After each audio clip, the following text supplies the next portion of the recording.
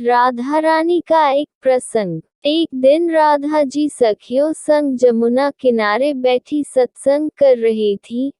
अचानक एक सखी की नजर उनके पैर पर चली गई। पैर में घाव से हल्का हल्का खून रिस रहा था। सबने चौंक कर पूछा, ये चोट कैसे लगी राधेजू? बताए, जल्दी से बताए। राधा जी ने बहुत टालना चाहा, पर इंसान प्रवृत्ति है, आप जितना बात टालना चाहेंगे, लोग उतना ही जानना चाहेंगे। राधा जी ने कहा, ये एक पुराना घाव है। सखी बोली, पुराना कैसे राधेजू? इसमें तो खून निकल रहा है। पुराना है तो अब तक सूखा क्यों नहीं? कैसे लगा ये घाव? राधा जी ने कहा, सखियों, एक दिन खेल खेल में मैंने कन्हैया बांसुरी छीन ली। बांसुरी की छीना झपटी में उनके पैर का नाखून लग गया। ये घाव उसी चोट से लगा। गोपियों ने पूछा, कन्हैया को मथुरा गए तो कई बरस हो गए हैं, ये घाव अब तक सूखा क्यों नहीं है राधेजू? बोलो। राधा जी बोली, सूखता तो तब ना जब मैं सूखने देती। मैं रोज इसे कुरेद कर हरा कर देती हूँ। सखियां तो चौंकी, ऐसा क्यों करती हो राधे?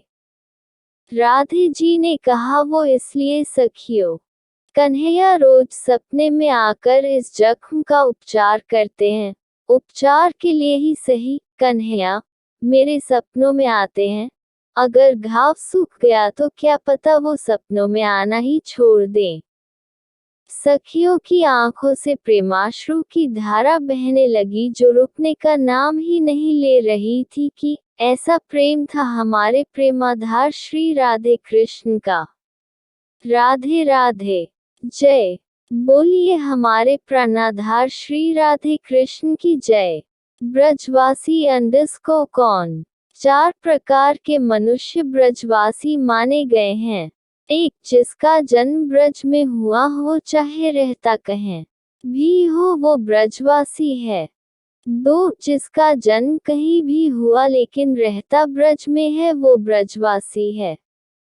3. जिसका जन्म कहीं हुआ और रहता कहीं पर भी है, पर प्रमुख त्योहारों पर ब्रज में आता है, वो ब्रजवासी है।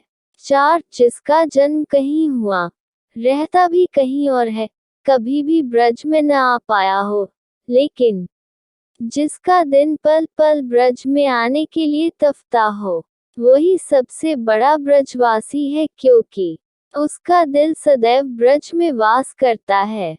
सूना लगे सारा देश, वृंदावन कुटिया बनाऊंगी। जय वृंदावन विहारिणी।